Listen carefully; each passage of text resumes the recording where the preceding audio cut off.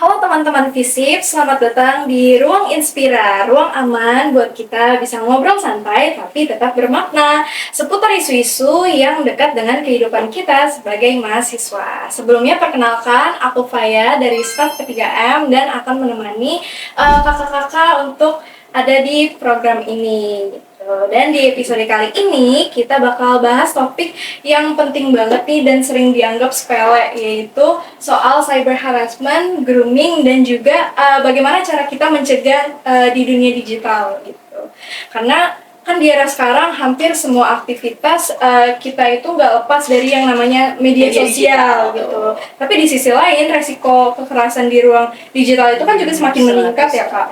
Gitu. Nah dari hari ini kita udah ditemani sama dua narasumber kita di sini yang pastinya relevan banget sama topik kita kali ini, yaitu ada Kak Naila Ahmad,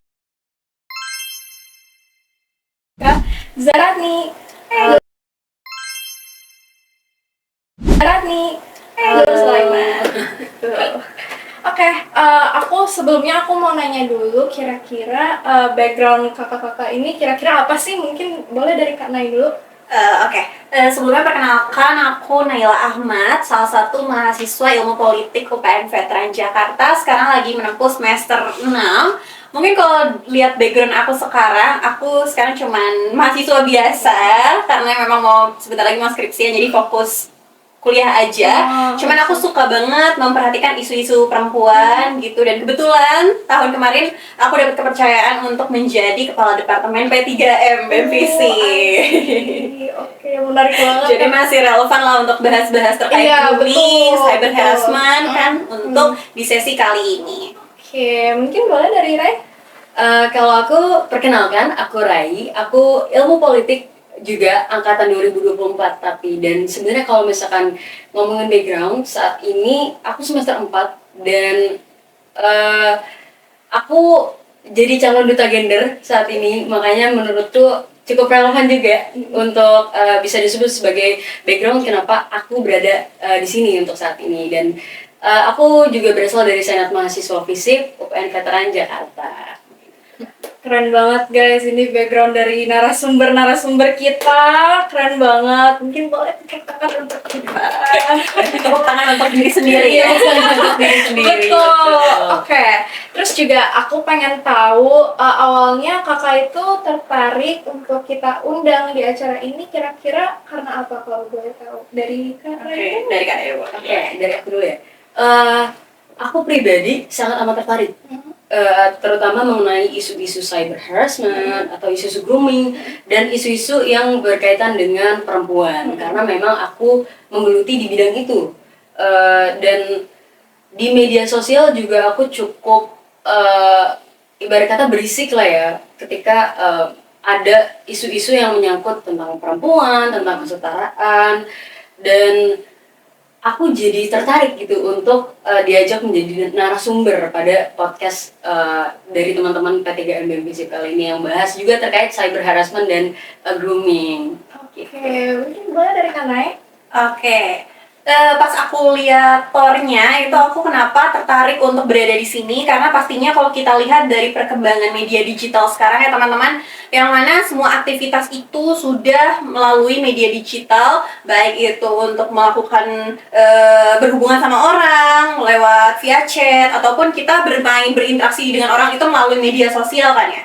Nah, tapi aku pengen tahu nih, kenapa sebenarnya di sini tuh kita penting untuk bahas ini, karena pastinya salah satunya adalah bagaimana kita bisa menyadarkan orang-orang di sekitar kita, bukan hanya kemajuan globalisasi yang membuat kita jadi mempermudah untuk berinteraksi, tapi kita juga di sini harus tahu apa saja sih kira-kira dampak yang dirasakan dari pesatnya media digital. Salah satunya itu tadi cyber harassment sama grooming yang harus kita perhatikan dan kita amati sama-sama teman-teman, supaya kita tahu nih kira-kira apa sih yang dirasakan oleh korban, karena kan pasti efek sampingnya itu sangat mengkhawatirkan ya, baik itu terkait dengan kesehatan mental dan psikologis mereka. Jadi maka di sini kita harus sama-sama memperhatikan isu-isu tersebut teman-teman. Baik. Oke, sekarang aku mau nanya, menurut kakak-kakak sebenarnya cyber harassment itu apa sih? Lalu bentuk-bentuk yang sering terjadi di sekitar kita itu kira-kira seperti apa? Oke, mau dari siapa dulu nih? Dari Oke, aku dari ya. aku dulu. Oke, kalau dari cyber harassment yang aku tahu itu pasti dia adalah tindakan secara langsung itu maksudnya dari media digital ya. Kalau kita perbandingan sama grooming, kalau grooming itu kan biasa prosesnya itu melalui perasaan ya, tapi kalau harassment ini benar-benar langsung gitu teman-teman. Baik itu dari segi mengintimidasi, terus melecehkan, terus merendahkan. Dan kalau kita lihat bentuk-bentuknya itu teman-teman bisa lihat kayak di apa aja ya contohnya ya. Yang pertama mungkin cyberbullying gitu. Itu mungkin hal yang sering banget kita dengar, sering banget kita lihat juga di media digital, di media sosial terutama. Terus abis itu hujatan-hujatan itu udah betul. pasti kan ya. Apalagi influencer itu sering banget dihujat-hujat gitu ya. Terus abis itu mungkin kekerasan berbasis online yang sekarang mungkin menjadi perhatian isu kita sama-sama karena rentannya pelecehan seksual berbasis online. Pelaku ini merasa aman, pelaku ini merasa tidak terlihat secara langsung, makanya mereka tuh semena-mena bahasanya gitu. Terus abis itu tadi ada cyberbullying, terus ada kekerasan berbasis online, ujaran kebencian, tapi salah satu yang menarik, gosip itu sebenarnya termasuk ke cyber harassment tau teman-teman tanpa kita sadari, iya. Karena cyber harassment itu pastinya itu akan berdampak langsung kepada korban. Kalau kita misalnya ngegosip, ngegibahin orang yang akhirnya itu tidak sesuai dengan apa yang mereka lakukan atau apa yang terjadi pada mereka, itu kan akhirnya berdampak langsung kepada si korban, entah itu dari segi mentalnya, psikologisnya, baik pun mereka akan dapat sanksi sosial atas perlakuan yang mungkin mereka tidak lakukan karena sebaran gosip yang ada di luar sana gitu. Terus mungkin satu lagi yang aku tahu, doxing. Doxing itu termasuk salah satu cyber harassment teman-teman. Jadi penyebaran data yang tidak ingin kita lakukan ataupun mungkin kita niatnya cuman nyebarin apa, tiba-tiba data kita kesebar kemana-mana. Itu salah satu cyber harassment juga. Jadi makanya kenapa teman-teman kita harus menjaga diri kita di media sosial, karena media sosial itu rentan banget diakses oleh banyak orang. Bahkan kita kenalan sama orang aja itu harus wanti-wanti banget, gak boleh asal ngerespon gitu aja gitu. Karena nanti dari cyber harassment akhirnya bisa berdampak juga ke grooming gitu. Grooming karena kenalan sama orang yang gak kita kenal, akhirnya muncul kepercayaan yang menimbulkan adanya emosional lah, hubungan emosional satu sama lain gitu. Tapi sebenarnya itu bisa dipisahkan si cyber harassment dan grooming karena itu berbeda gitu. Itu sih mungkin. Iya, karena kan sekarang banyak juga ya orang-orang yang kenalan kayak dari sosmed gitu, terus nanti ya mereka ada yang jadi teman, ada yang jadi pasangan gitu kan. Tapi dari yang aku lihat sih sebagian besar mungkin ya orang-orang yang kenal dari internet tuh kayaknya pada akhirnya mereka tuh bakal kena kekerasan seksual juga ya kan? Sudah pasti, apalagi banyak juga sekarang orang bikin akun bodong Iya, itu betul. cuman buat nguntit ya biasanya, nguntit orang itu serem banget ya sih. Iya, apalagi kadang kayak kalau misalkan kita kenal orang dari internet juga itu kan belum tentu apa yang kita lihat langsung sama yang ada di profil mereka kan itu bisa beda sama, juga iya, kan. beda. Iya, kayak gitu. Mungkin boleh kalau dari pandangan Kak Rai seperti apa? Kalau aku tadi kurang lebih cukup setuju dengan apa yang dibilang Kak Nay, karena memang cyber harassment itu sangat berbahaya, terutama untuk teman-teman yang berada di bawah umur. Karena sekarang kalau misalkan kita lihat banyak sekali adik-adik kita itu bisa mengakses media sosial. Walaupun akhirnya ada kebijakan baru yang mengatakan bahwa di bawah 16 tahun itu tidak bisa mengakses media sosial. Dan menurutku itu langkah yang cukup baik gitu ya untuk sebagai langkah awal untuk mencegah cyber harassment maupun grooming yang terjadi di media sosial. Kemudian cyber harassment ini bentuk-bentuknya selain dari tadi yang doxing, gosip dan sebagainya macamnya, kita tuh sering menemukan kadang nih, terutama teman-teman perempuan biasanya itu kalau misalkan kalau misalkan kita kan biasanya menggunakan media sosial kita untuk menunjukkan diri kita, mengekspos diri kita karena kita senang gitu untuk melakukan hal itu tanpa ada niatan ingin menarik perhatian orang, tapi untuk diri kita sendiri. Tapi kadang suka ada orang-orang nakal, suka ada orang-orang jahat yang kadang tiba-tiba nge-DM dan bilang, lo cantik banget dan sebagainya macamnya, dan melecehkan langsung lewat DM kayak seperti yang tadi Kak Nay bilang gitu. Jadi itu kan selain melecehkan, tapi juga ketika kita mendapat pesan tersebut, kita itu mental kita itu terombang-ambing, terguncang karena kita merasa kayak gue dilecehin, terus habis itu kayak ngerasa kotor gitu karena ada orang yang dengan beraninya melakukan hal tersebut itu ke kita gitu mungkin. Iya betul sih, emang bahaya banget ya.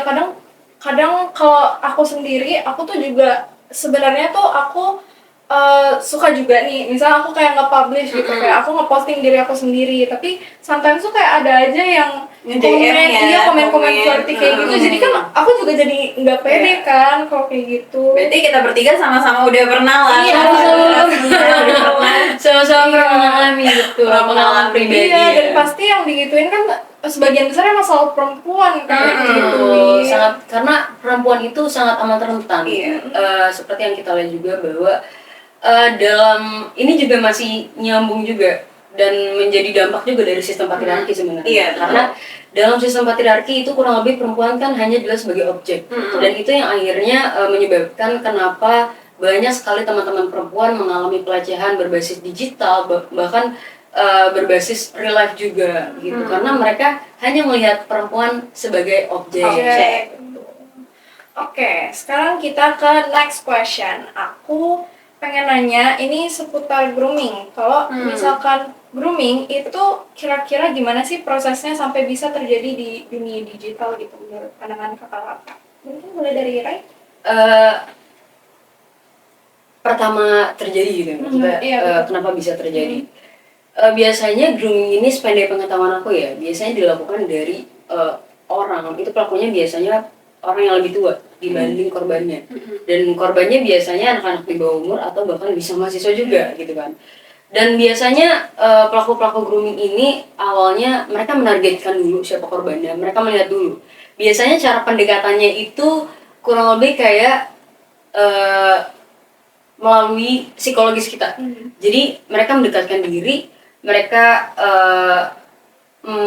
merasa seperti kayak kayaknya gue harus ngedeketin dia melalui metode-metode kayak kita sepemahaman nih, kita sependapat atau bahkan kita memiliki nasib yang sama misalnya.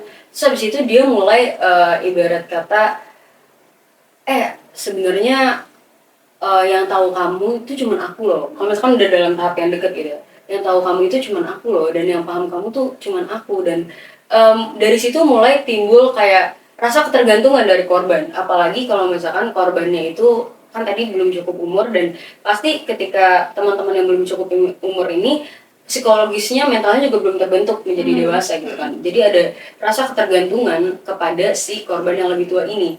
Dan rasa ketergantungan itulah yang akhirnya bikin si pelaku memiliki kuasa kayak bisa nih lah ini dia udah mulai ketergantungan sama gue, bisa lah gue gue jadikan sebagai korban gitu, my next target gitu kan misalnya.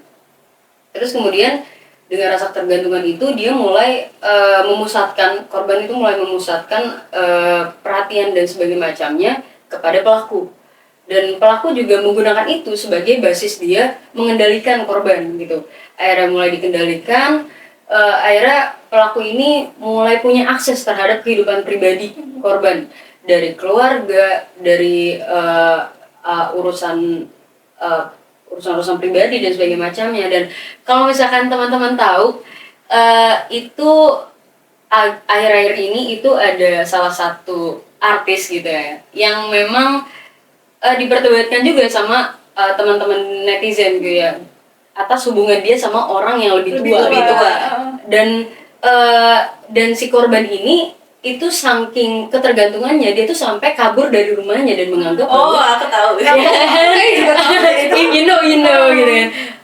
Dan si korban ini sampai bilang ke orang tuanya bahwa sebenarnya kalian tuh nggak kenal aku sama sekali, cuman pacarku ini yang kenal aku gitu, karena dia sudah didoxing dalam sudah di doktrin di dalam pikirannya bahwa yang kenal kamu itu cuman aku gitu, yang bisa memahami kamu itu cuman aku. Orang tua kamu nggak paham kamu karena kamu ceritanya selalu ke aku dan sebagainya macamnya. Padahal itu adalah salah satu cara pelaku untuk mendekatkan diri dan untuk menguasai korban, seperti itu kalau dari aku. Tapi kan aku juga mau bertanya gitu ya kira-kira. Soalnya kan dari lingkungan aku sendiri itu emang ada beberapa teman aku bukan di lingkungan kampus, di luar itu ada mereka tuh menjalin hubungan juga sama orang-orang yang Lebih dewasa, lebih dewasa dan eh, de- perbedaan umurnya tuh kayak nggak cuma 3 tahun 4 tahun kayak gitu, tapi emang yang jauh Yang gitu. 10 tahun Iya, lah ya. yang 10 tahunan. Tapi kan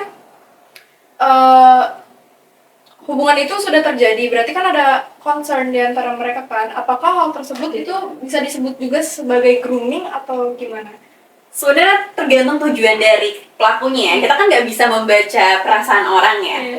Karena yang pasti niat awal pelaku itu untuk memanipulasi. Betul. Nah, saat dia sudah mendapatkan emosional dan kepercayaan korban, itu langsung membuat dia memulai nih mengisolasi korban tadi sesuai sama Ray yang sebutkan, mengisolasi korban kayak cuman aku yang bisa ngertiin kamu, cuman aku yang bisa memahamin kamu, sampai akhirnya tuh dia nggak percaya sama orang-orang di sekitar dia, bahkan pun orang tuanya nggak dipercaya gitu. Nah, setelah dia mengisolasi, baru deh dia minta sesuatu hal-hal yang akhirnya tidak kita inginkan seharusnya, tapi karena kita ngerasa kita percaya banget sama nih orang, entah itu bentuk chat-chat yang intim, terus foto atau video intim, minta foto atau video intim, dan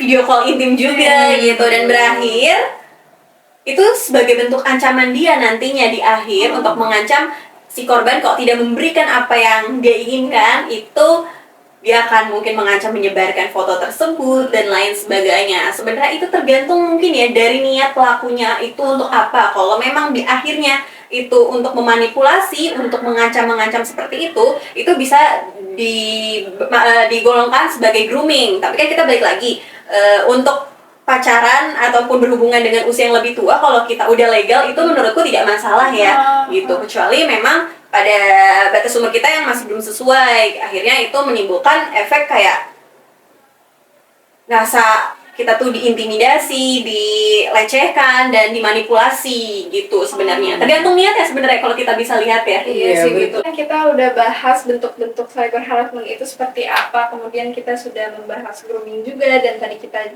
juga udah ngebahas batas antara bercanda dan cyber harassment itu ada di mana gitu. Sekarang kita masuk ke section realita dan dampaknya.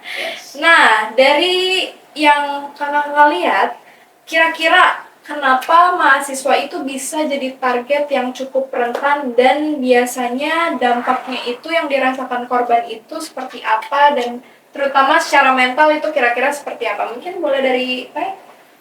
Oke. Kalau misalkan kita bahas realita, itu kita sering menemukan di sekitar kita tuh udah banyak banget. Teman-temanku udah banyak sekali kayak yang kena cyber harassment itu. Dan kenapa akhirnya mahasiswa itu menjadi kelompok paling rentan kena cyber harassment? Karena yang pertama, kita gunakan media sosial itu udah kayak bagian dari diri kita sendiri. Kita bahkan upload tugas aja kita harus ke Instagram gitu loh.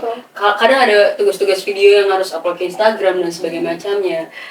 Kemudian tadi yang sering kita kan sering pakai media sosial, kita sering aktif di media sosial, apalagi untuk anak-anak fisik kayak kita biasa beropini juga di media sosial gitu kan. Terus kadang ini based on pengalaman pribadi, ketika aku kadang aku suka mengeluarkan opini-opini itu kan, terutama di X gitu, di platform X. Dan kadang ketika aku mengeluarkan opini-opini itu atau aku membalas opini-opini orang atau sebagainya macamnya, itu aku kena cyber harassment yang bentuknya seksis. Misalkan kayak misalkan lo perempuan dan sebagainya macamnya, jadi framing kayak framing seksis, misalkan perempuan biasa kalau misalkan opini pasti lo kayak gini dan sebagainya macamnya, itu udah termasuk salah satu bentuk cyber harassment. Dan kenapa akhirnya mahasiswa itu rentan? Karena tadi kita sering menggunakan media sosial bahkan sebagai tugas, kemudian kita juga sering beropini sebagai mahasiswa fisik, pasti kita punya opini-opini yang kalau nggak disalurin tuh kayak kurang deh, makanya kita menggunakan media sosial untuk menyalurkan opini-opini kita. Dan sayangnya dan sedihnya dalam mengeluarkan opini, seringkali ada orang-orang jahat yang seksis, yang melontarkan stereotip gender ke kita dan sebagainya macamnya gitu ya. Kemudian eh Ini apa? Dampak Oh, dampak. dampak. Nah, dan dampaknya kalau buat mahasiswa sendiri itu yang pertama yang pasti kita rasakan ketika kita mengalami mendapatkan cyber harassment itu pasti kepikiran dulu, itu pasti overthinking. Terus habis itu setelah overthinking kita ngerasa kayak kita questioning our self worth, Yes. kita mempertanyakan self worth kita, harga diri kita, kayak anjir gue baru aja kena cyber harassment, sebenarnya gue nih pantas nggak sih digituin, sebenarnya kok gue bisa sih digituin dan sebagainya macam ya. Itu pasti questioning dulu. Jadi itu kan dampaknya langsung ke psikologis kita, langsung ke mental, kita langsung mempertanyakan self worth kita. Kemudian kita ngerasa kayak diri kita tuh mulai ada rasa nggak pantas ketika kita mengalami atau kita mendapatkan cyber harassment itu.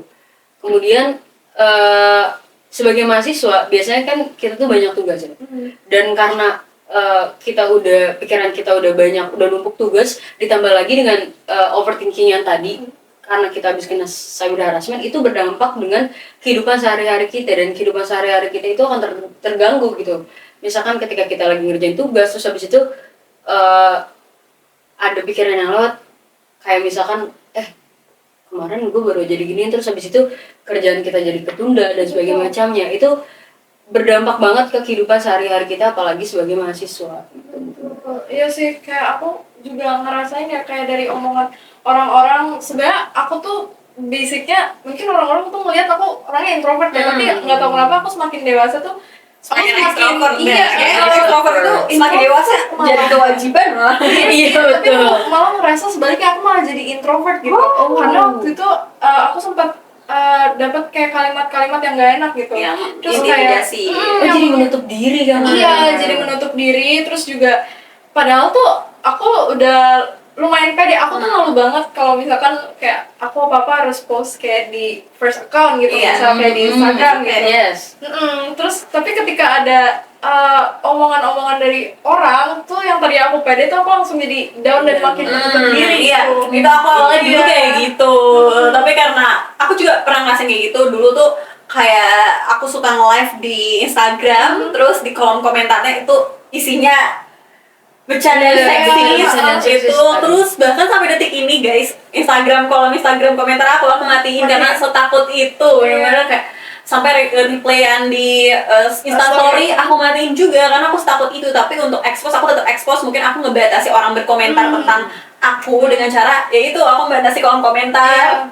Oh, berarti dampaknya sangat luas banget ya. Jadi Bener menutup banget. diri, Iya. jadi takut untuk mengekspos diri sendiri. Iya, Bahkan- jadi ngerasa bersalah juga. Bener. Apa gue yang salah ya? Iya, Wah, kita Ini cuma bener gak sih kayak gini? Padahal kan gue kayak pengen show myself gitu. iya, kayak gitu. nggak ada keuntungan untuk mencari perhatian, Iya, ya kan? Dan sadly itu terjadi pada aku sampai sekarang. Maksudnya kayak aku tuh it's okay. benar-benar kayak di Instagram, aku tuh udah nggak pernah aktif di Instagram manapun. Misalnya kayak aku punya first account, ya pasti kita semua kayak punya yes, second iya, account gitu. betul. Bahkan second account aku aja yang bisa dibilang followersnya lebih dikit daripada akun first aku tuh, aku juga nggak pede gitu Nggak loh. pede, Terus iya. juga even kayak sampai TikTok Kosong, iya, di Twitter pun aku udah nggak berani buka Twitter karena aku kayak saking takutnya bisa kayak ngeliat kata-kata orang yang aduh kayak serem banget media sosial Iya, nih orang kayak bener, bener-bener betul. aduh parah deh. Tapi itu nggak boleh dipertahanin juga untuk ngebatasin Iya. kamu berinteraksi media sosial sih, karena bagaimanapun media sosial itu berperan penting juga untuk membranding diri kita sendiri gitu. Dengan betul. media sosial kita orang jadi tahu nih keahlian kita, kemampuan kita. Kalau kita membatasi, orang jadi nggak tahu kita nih kira-kira punya keunggulan di apa, di Iya, bidang apa betul. ya, kita punya kemampuan apa ya, yang akhirnya kan kalau kita expose itu bisa menarik perhatian orang kan, untuk mungkin bahasanya kalau aku sendiri, aku biasa nge-expose diri aku dengan kelebihan aku. Misal aku suka nge-MC gitu, otomatis orang merekrut aku atau memanggil aku untuk Iya. nge-MC gitu. Jadi jangan sampai trauma kamu ini membatasi diri kamu untuk hal-hal yang berkepanjangan, karena itu berdampak banget untuk masa depan Iya. kamu. Nah, mungkin saran dari aku caranya kayak gitu aja, tetap expose diri kamu, batasi aja komentar Batasin aja ya, gitu. Nanti untuk kolom komen ya, nggak bisa komen. Iya, apalagi kan sekarang kayak job-job dari manapun pasti kan iya, media sosial. Iya. Berarti dari media sosial, betul Bahkan banget. kayak kita, misal kita daftar nih dari link Gform, pasti yang diminta juga IG juga kan. Iya.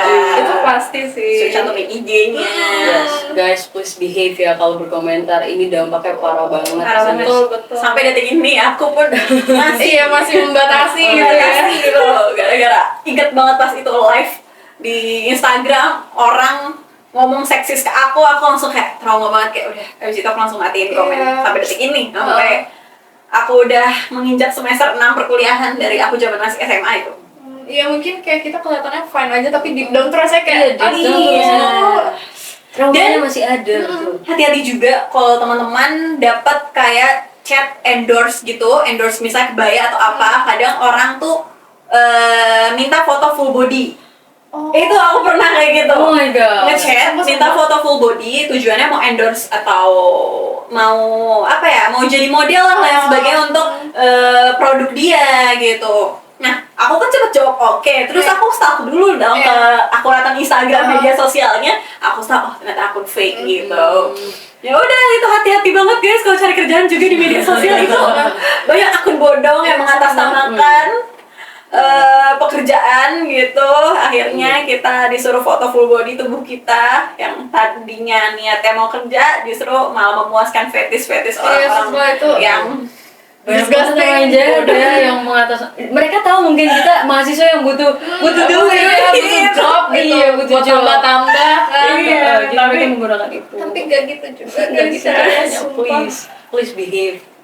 Kalau misalkan kita berada di media sosial, jangan kayak gitu ke orang. Udah simply kita tuh harus menanamkan bahwa orang itu juga manusia gitu. Dan kita sebagai manusia, as a human being juga harus tadi melihat orang lain tuh sebagai manusia dan bukan sebagai objek. Gitu. Itu sih. Oke, sekarang kita masuk ke pertanyaan berikutnya.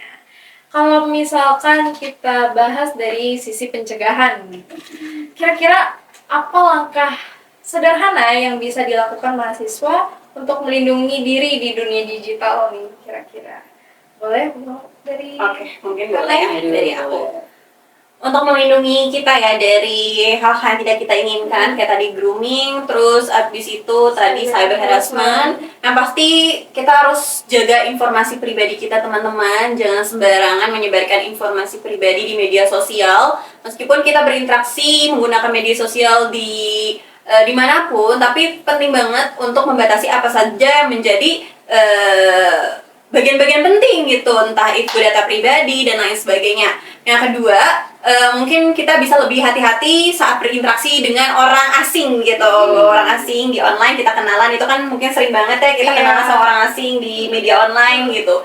Hati-hati guys, karena nggak semua orang itu baik yang kita temuin di media online. Kadang niat mereka buruk, yang akhirnya nanti berdampak pada kesehatan mental kita, kepercayaan yang tadinya niatnya kita pengen cari kenyamanan di seseorang, akhirnya seseorang itu berniat buruk dan berperilaku tidak baik kepada diri kita gitu. Itu penting banget, kita harus membatasi kenalan sama orang di media sosial. Terus mungkin berani menetapkan batasan-batasan kita. Kita nggak boleh takut untuk memberitahu kira-kira batas kita tuh sampai yang mana. Mungkin tadi salah satu contohnya terkait dengan bercandaan gitu. Kalau sekiranya memang kita tidak suka dengan bercandaan tersebut, tidak masalah banget untuk kita bilang stop, kayak stop, gue nggak suka dengan bercandaan lo, gue sakit hati, dan itu berdampak entah itu dari segi mental atau sosial yang gue rasakan gitu.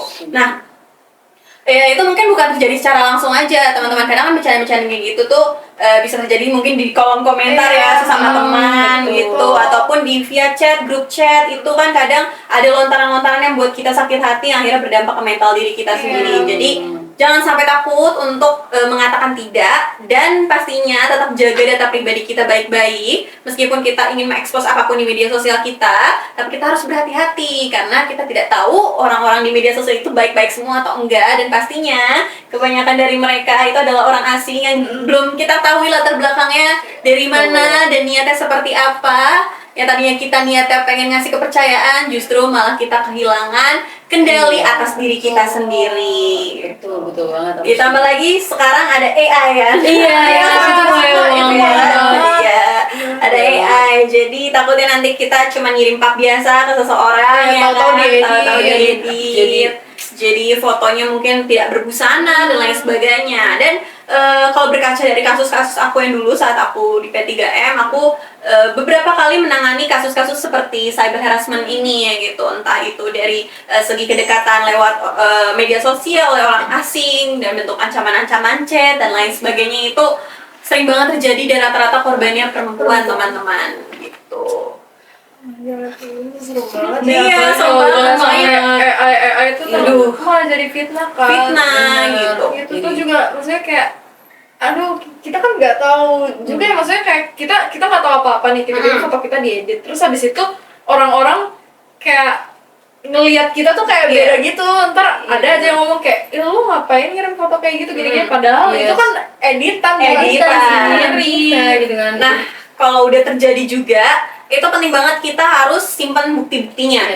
Jangan sampai kita nggak punya bukti apa-apa yang akhirnya kita nggak bisa menindaklanjuti kasus tersebut gitu. Kan seperti yang kita ketahui, media digital itu juga kan media yang mana kita sulit ya untuk menghapus apapun ya, menghapus apapun yang memang di luar kendali kita gitu. Nah, makanya itu bisa teman-teman lakuin sebelum pelaku ini kabur, menghapus, kita screenshotin, kita cari bukti-buktinya, kita kumpulkan sebanyak-banyaknya supaya nanti kalau semakin lancang, semakin kelewatan batas, kita bisa melaporkan itu ke pihak yang berwajib gitu. Betul sekali. Sekarang aku pengen tahu dari pandangan Kak Ren, kira-kira seperti apa? Kalau dari aku, ketika langkah pertama yang harus kita lakukan gitu ya, ketika kita mendapatkan cyber harassment, tadi benar kata Hana ya, kita harus keep all the screenshots we had yang kita dapat, kita harus keep karena itu menjadi bukti dan menjadi senjata kita juga untuk memproses orang yang melecehkan kita gitu loh kepada pihak-pihak berwajib. Dan ketika kita mendapat cyber harassment, it's okay. Validate yourself. Nah, itu maksudku. Validasi perasaanmu. Kenali dulu sebenarnya aku lagi merasakan apa. Take your time, it's okay, dan simpan bukti-bukti itu. Kalau misalkan kamu merasa kayaknya aku belum siap untuk mengeksekusi ini sekarang, it's okay. Kamu take your time, kamu kayak kalau misalkan kamu belum siap, mungkin kamu siapnya nanti 3 bulan setelahnya, 6 bulan setelahnya, nggak apa-apa, asal sampai kamu siap dulu aja baru kamu melapor gitu ya. Dan sebenarnya nggak sukanya aku ketika ada korban yang baru melapor 6 bulan, 1 tahun kemudian itu akan dipertanyakan validitas dari kasus ini tuh apa gitu. Kenapa baru bilang, kenapa nggak dari awal aja bilang. Bener. Iya, itu sering terjadi tuh, perkataan-perkataan itu yang sangat aku benci gitu. Dan aku kesel banget kayak gitu kan. Padahal guys, mau 6 bulan, mau 1 tahun, 2 tahun, maupun bertahun-tahun setelahnya, kasus itu tetap kasus dan itu nggak akan basi. Apalagi di hati para korban, mental korban, karena itu pasti menghantui dia selama belasan tahun, bertahun-tahun itu gitu loh. Dan ketika kita melihat ada kasus-kasus pelecehan seksual yang baru di-up setelah korbannya merasa aman, merasa oke, jangan kita pertanyakan validitas dari kasus tersebut, jangan pertanyakan bagaimana korban ini baru up sekarang gitu, kemarin kemana aja. Pelakunya juga udah aman-aman aja kok gitu. Jangan happy belum ya. Pelakunya juga udah happy aja kok. Rasa tidak worth, rasa tidak berharga ketika kita baru kena cyber harassment itu menghantui kita sampai kapanpun gitu loh. Kita tuh harus menghargai rasa berani korban untuk nge-up kasus itu, untuk melapor kasus itu. Dan sebagai teman juga, ketika ada teman kita misalkan yang baru kena cyber harassment, kita tuh harus berdiri di samping dia, kita harus by her side or his side gitu ya. Kayak validasi perasaan dia juga, terus habis itu tanyain dia butuh apa, kemudian ajak dia ke psikolog atau psikiater karena itu dibutuhin banget kalau Iya. misalkan kita baru kena atau kita mengalami atau teman kita mengalami pelecehan seksual. Kita bawa dia yang pertama, bawa dia dulu ke psikolog atau psikiater, baru setelah dia merasa aman, kita lakukan langkah selanjutnya yang lebih besar untuk mengeksekusi kasus ini ke pihak yang berwajib seperti itu. Iya sih. Tapi kalau mendampingi korban juga teman-teman, jangan sampai ngeburu-buruin korbannya. Yes. Ngeburu-buruin korban, udah cepet laporin aja. Karena kan ya tadi kan korban juga butuh waktu untuk nenangin diri dia, bahkan untuk butuh waktu untuk berdamai lah sama kejadian yang udah betul. terjadi pada dirinya dia. Karena nggak semua korban itu ngerasa kuat dan pasti kan ada rasa malu dari diri mereka kan untuk melaporkan kejadian-kejadian tersebut gitu. Nah mungkin nanti saat korban udah siap untuk melaporkan atau mungkin untuk memviralkan ya, sekarang kan ada bahasanya tuh kalau ada kasus tinggal diviralin, apalagi sekarang Instagram ada @yours ya. Belakangan ini juga rata-rata kasus-kasus kekerasan itu orang-orang pada pakai @yours untuk memviralkan kasus tersebut karena seperti yang kita ketahui, kalau kita melapor prosesnya itu sangat panjang dan sangat lama. Bahkan untuk melapor dan mendapatkan feedback itu kita harus viral dulu gitu. Benar. Biar Viral, dinotis no ya. justice ya. Iya. Betul gitu teman-teman. Jadi tenang aja, media sosial itu bukan cuman buat tempat kita berinteraksi, tapi bisa juga memviralkan sesuatu yang menyakiti diri kalian. Jadi teman-teman gak perlu takut, gak perlu diem aja. Kita sama-sama ngebangun diri kita sama-sama ngebangun kepercayaan diri kita untuk tidak pernah takut yang namanya menjadi korban gitu. Betul sih, emang kalau kejadian-kejadian kayak gini kan it takes time kan. Yes. Kayak Betul. very long time. Betul. Terus kayak kita kan kadang juga misalnya kayak hal-hal biasa aja, bahkan kayak hal-hal kecil kadang kan kita juga butuh waktu ya, apalagi kayak hal-hal apalagi kayak hal gini berat. gitu. Dan kadang juga ada aja orang-orang atau teman yang ketika mereka lebih dulu tahu cerita kita itu malah ngeburu-buruin kita gitu, dan kitanya juga baik kan. dan kitanya juga malah kayak jadi ke pressure sendiri kan, dan takutnya malah jadi maju mundur karena saking ke pressure-nya mungkin tumbuh rasa takut, rasa malu, rasa kita cemas, stres. kita jadi maju mundur, kita jadi mikir kayak ini mending gue bilang atau enggak ya, kalau misalkan kalau misalkan gue bilang nanti gini, tapi kalau misalkan gue nggak bilang nanti gini kayak dilema. jadi dilema sendiri gitu. Ya, emang butuh pendampingan lebih teman lihat para korban itu, bukan butuh pressure gitu dari orang lain. Betul. Oke, pertanyaan selanjutnya, kira-kira kita kalau misalkan sebagai jadi teman korban, kira-kira langkah pertama apa yang harus kita lakukan? Mulai dari Ray. Oke. Tadi seperti yang aku bilang, kita harus dampingi korban dulu. Kita harus tanya, are you okay? Kayak udah sesimpel gimana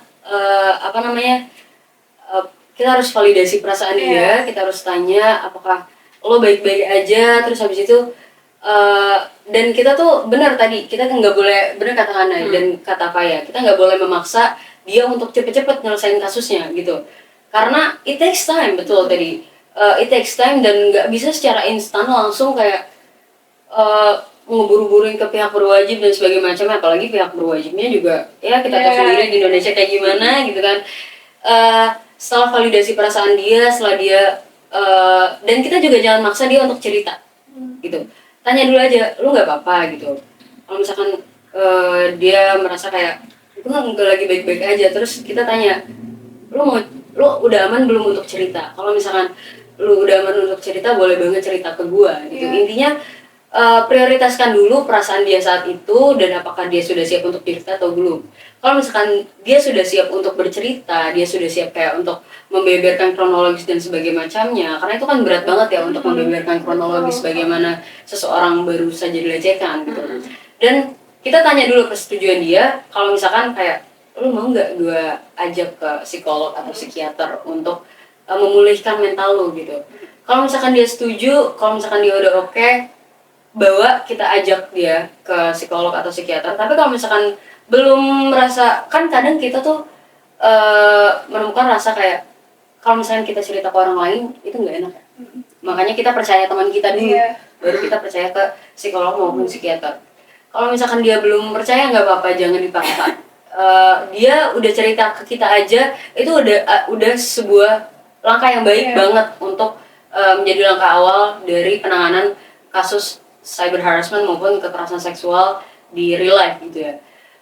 Kemudian setelah dibawa ke psikolog, misalkan dia udah oke atau psikiater, setelah mentalnya sudah pulih, baru kita ajak dia untuk membawa kasus ini ke jenjang yang lebih tinggi, ke pihak berwajib gitu ya, kita bahasanya ke Komnas Perempuan atau ke LBH Apik.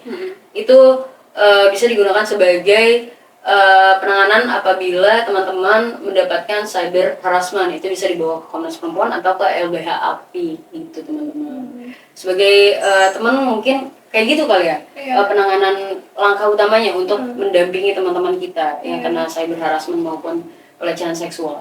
Tapi kan kayak orang kan balik lagi mereka beda-beda ya. Kadang ada yang kita belum mau nge-spill nih, tapi ada orang yang kayak ya orang yang pertama dia bilang kayak nggak apa-apa nanti cerita ya kalau misalkan emang udah lu siap gitu buat cerita. Tapi ada juga orang yang kayak nggak apa-apa lu cerita aja, mending diceritain sekarang bla bla. Justru mendengarkan sekaligus menyalahkan.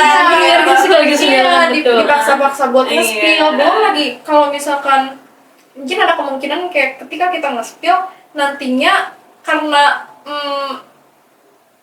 pandangan orang itu beda-beda, ada juga yang memandang yang kayak mungkin kesannya kayak kita yang disalahin gitu sebagai korban gitu. Misalnya kayak mungkin konteks dia beda kali, nggak kayak gitu dan lain-lain. Mungkin dia nggak ngarah yang kayak gitu. Atau Mungkin dia too much gitu ngerasanya. Iya, mungkin ada juga yang bilang kayaknya itu biasa aja deh, soalnya gue ngelihatnya biasa aja tapi malah divalidasi perasaannya.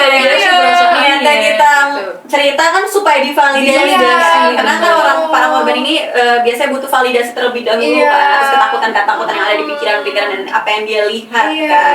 Dan kita juga nggak bisa memaksakan kacamata kita ke orang lain. Betul. Makanya penting mengetahui bentuk-bentuk dari cyber harassment, grooming itu seperti apa teman-teman, supaya kita tidak mempeta-petakan gitu. Itu mah bukan, itu cuma bercanda aja kali. Kalau kita mengetahui dan kita memahami kan otomatis kita juga jadi mengerti apakah yang dirasakan korban, apa yang akhirnya berdampak pada rasa cemas dan mental dirinya gitu. Iya emang parah sih pandangan orang sekarang tuh kayak agak kayak dianggap itu adalah sebuah hal biasa gitu. Semua bercandaan di tongkrongannya itu sesuai sama keinginan kita. Mungkin karena udah jadi bentuk kebiasaan dari bentuk makanan sehari-hari. Makanan sehari-hari dikasih makan kayak gitu kayak jadi kan kebawa di media sosial juga, kita chattingan sama teman, ngata-ngatain, kita ngerasa kayak kok gue diomongin kayak gini ya, padahal gue kayaknya nggak kayak gini deh gitu. Betul banget. Oke, karena kita tadi sudah banyak mengobrol dan aku juga udah dan kita udah dapet nih dari pandangan-pandangan kita yang berbeda gitu ya, mengumpulkan pandangan kita masing-masing gitu. Iya, insight-insight baru, pengetahuan baru. Iya, mungkin kita tadi nggak tahu kan cyber harassment itu apa, grooming apa, jadi setidaknya udah ada gambaran nih. Gitu. Nah, sekarang kita masuk ke section closing. Nah, aku mau nanya nih ke Kak Rai gitu. Mungkin dari kakak ada pesan nggak untuk mahasiswa yang mungkin sedang mengalami hal seperti ini? Pesan dari aku yang pertama, jangan takut untuk melapor.